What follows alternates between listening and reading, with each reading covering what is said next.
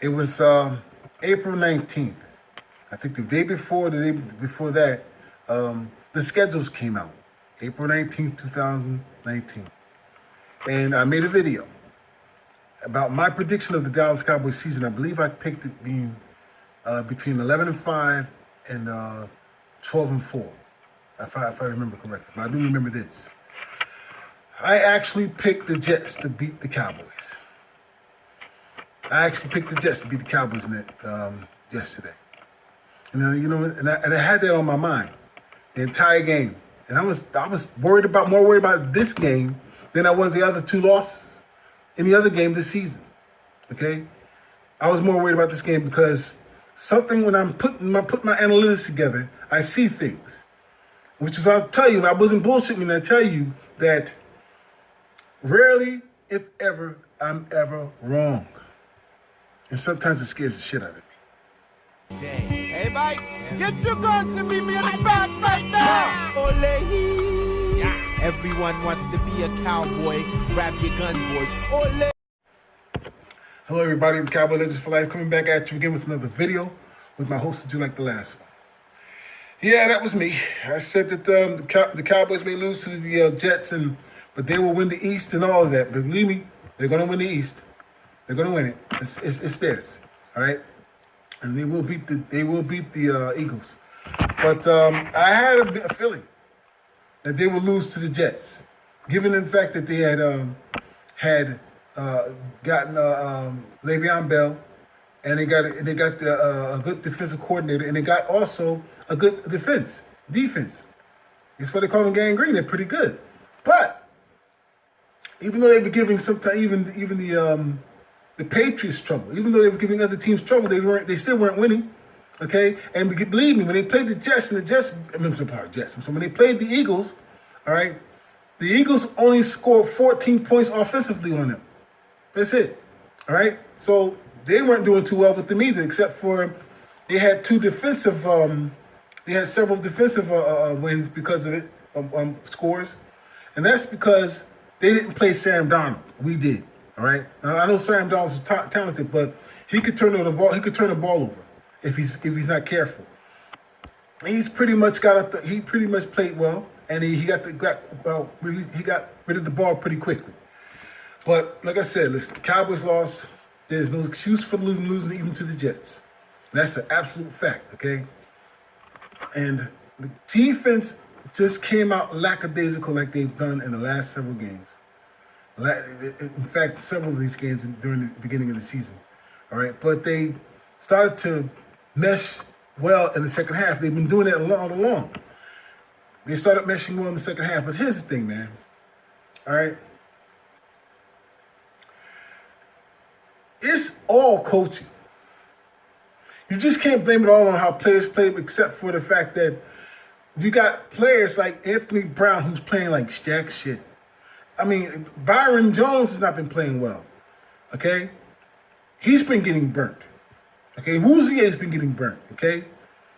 And so you're thinking, I mean, I know these guys are talented, but how come they're not being prepared well enough to how to try to play the defender, the receiver? What's going on?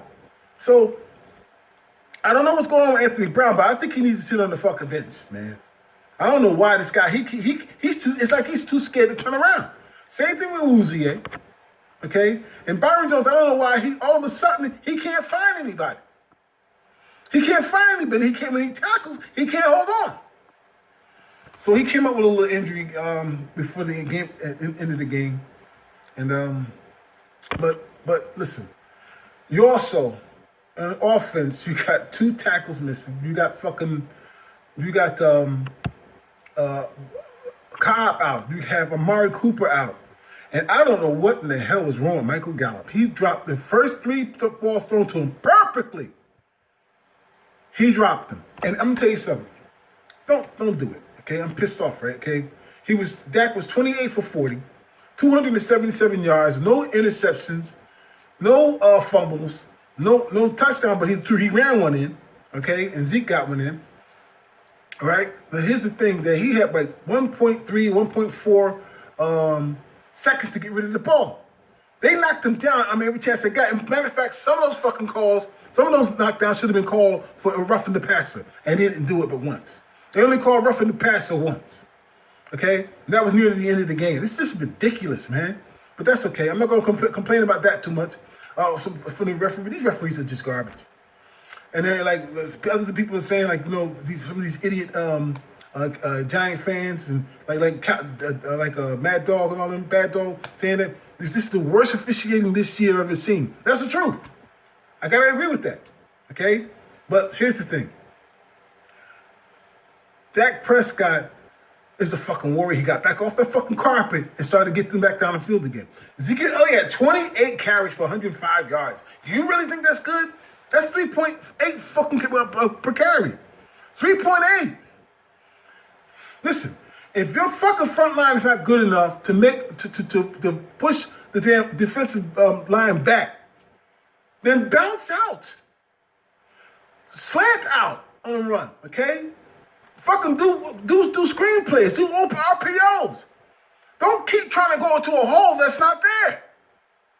I don't understand when you're starting off the game, starting off in a possession. Do you have to always try to go for the run right away? You know they're looking for it. You see them in the box, and you give them the ball anyway. I know it's got to be frustrating to see what we're seeing right now, okay? But a lot of this blame falls on the fucking head coach. He has not gotten there prepared, man. 3 straight losses, but he has not gotten this team prepared. All right? And I know the Jets lost to the Eagles, but let me tell you something. The Eagles did not face Sam Darnold. I'm going to say it to you right now. They didn't face him. So I don't want to hear that shit about, yeah, we beat the Jets. You got nothing to do. Beat your butt up. Fucking asshole. You didn't play Sam Darnold. And I'm going to tell you again why you lost to the damn fucking Vikings yesterday. Because the quarterback who beat him, wasn't there. Quarterback who beat the Vikings wasn't playing for you no more. He plays for the Jacksonville. That's why you lost. Okay? But, it's just, listen, we got another week to prepare for the Eagles.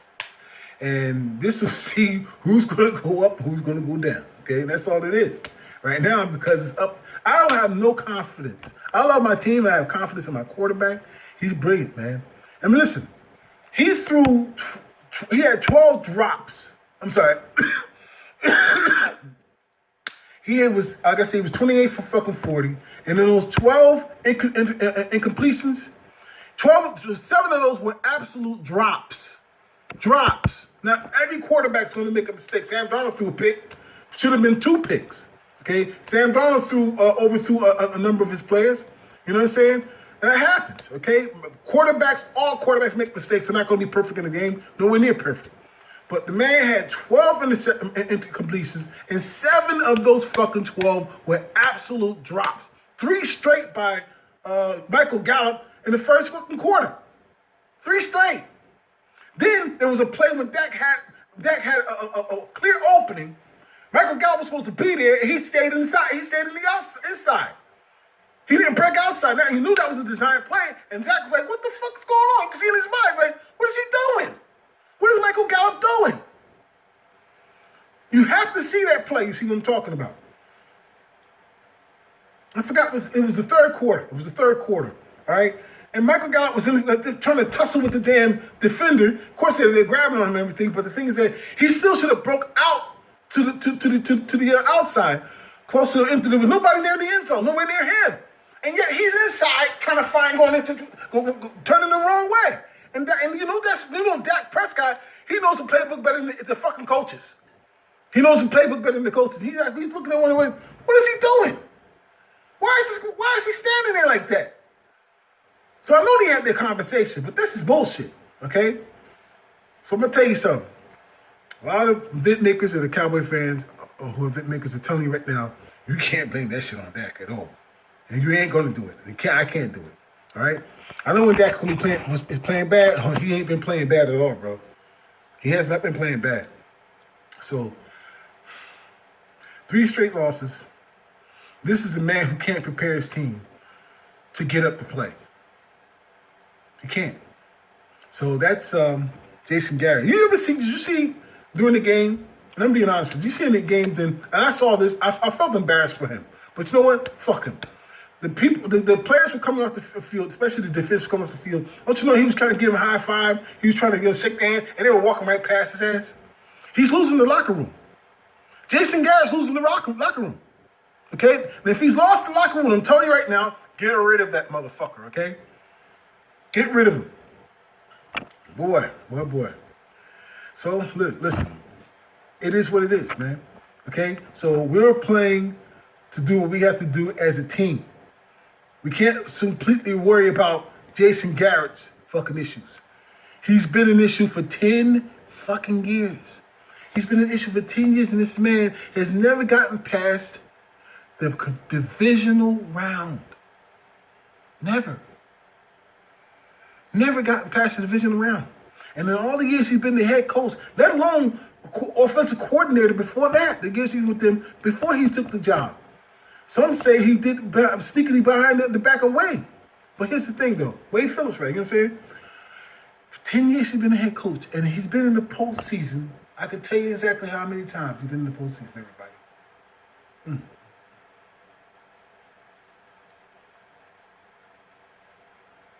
3 times. I believe 3 times. If I'm wrong about that, I'm sorry, but I think he's been in the postseason 3 times.